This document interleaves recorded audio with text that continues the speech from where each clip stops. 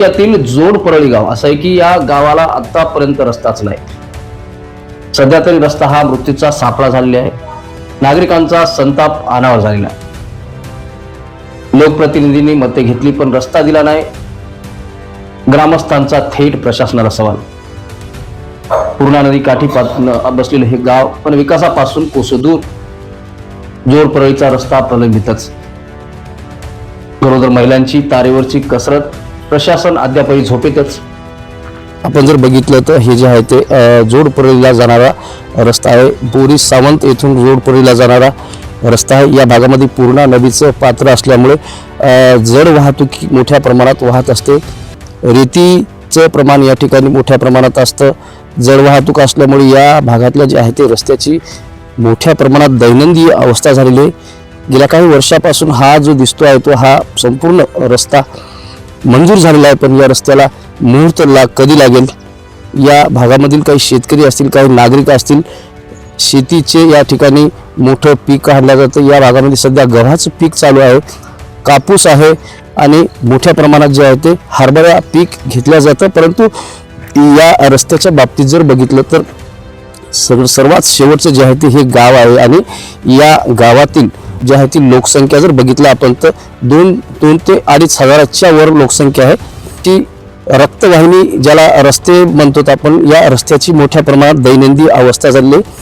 सध्या याच रस्त्यानं गरोदर महिला असेल किंवा वयोवृद्ध नागरिकांना असेल मोठ्या प्रमाणात नाहक त्रास सहन करावा लागत आहे।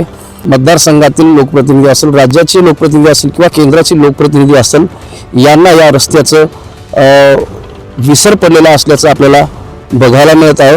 मागील 3 वर्षापासून बघू शकतो हे जे आहे ते मोठ्या प्रमाणात या ठिकाणी ऊसाचं पीक घेतलं जातं। या ठिकाणी हे ते मोठ्या प्रमाणात या ठिकाणी रेतीची सुद्धा वाहतूक होत असते।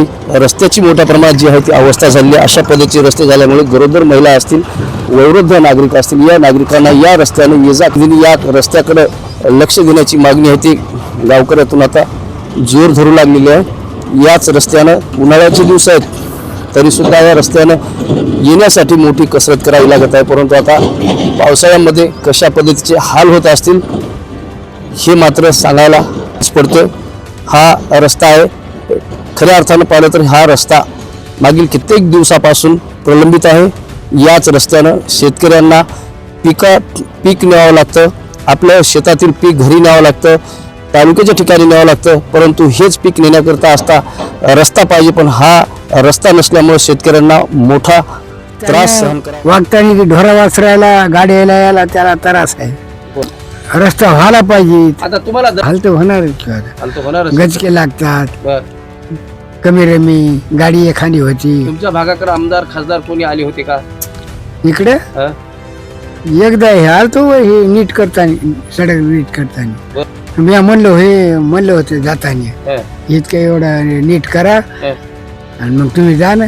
म्हणले याले सोबतच नाही, याले म्हणले तिकडेच गेली, द्वार आलेच नाही। पावसाळ्यामध्ये कसे हाल होतात या रस्त्याने जाताना?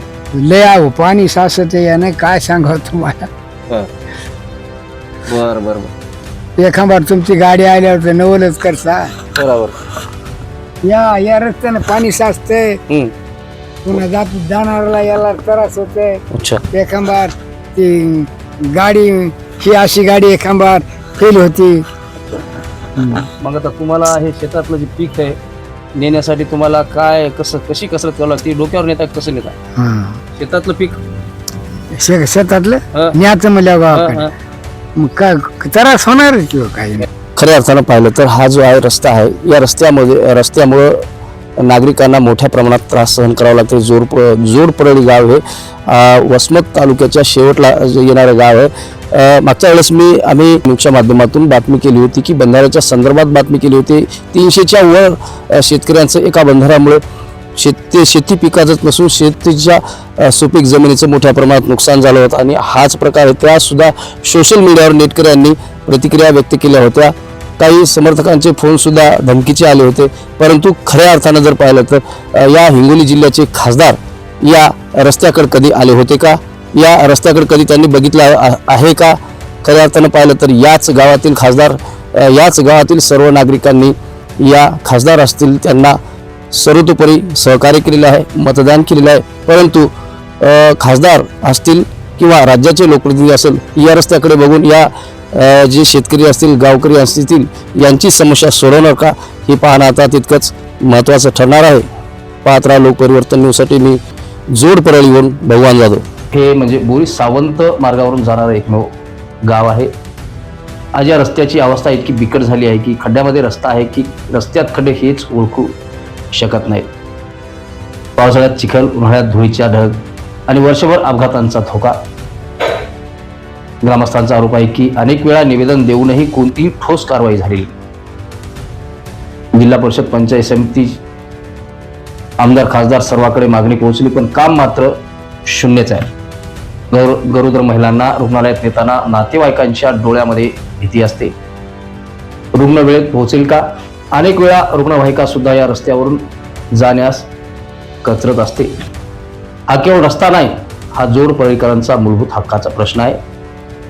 आता प्रशासन जागं होणार का एखादी गंभीर दुर्घटना झाल्यावरच हालचाल होणार? असेच नवनवीन व्हिडिओ पाहण्यासाठी आमच्या चॅनलला लाईक करा, सबस्क्राईब करा, फॉलो करा. पाहत राहा लोकपरिवर्तन न्यूज लाईव्ह.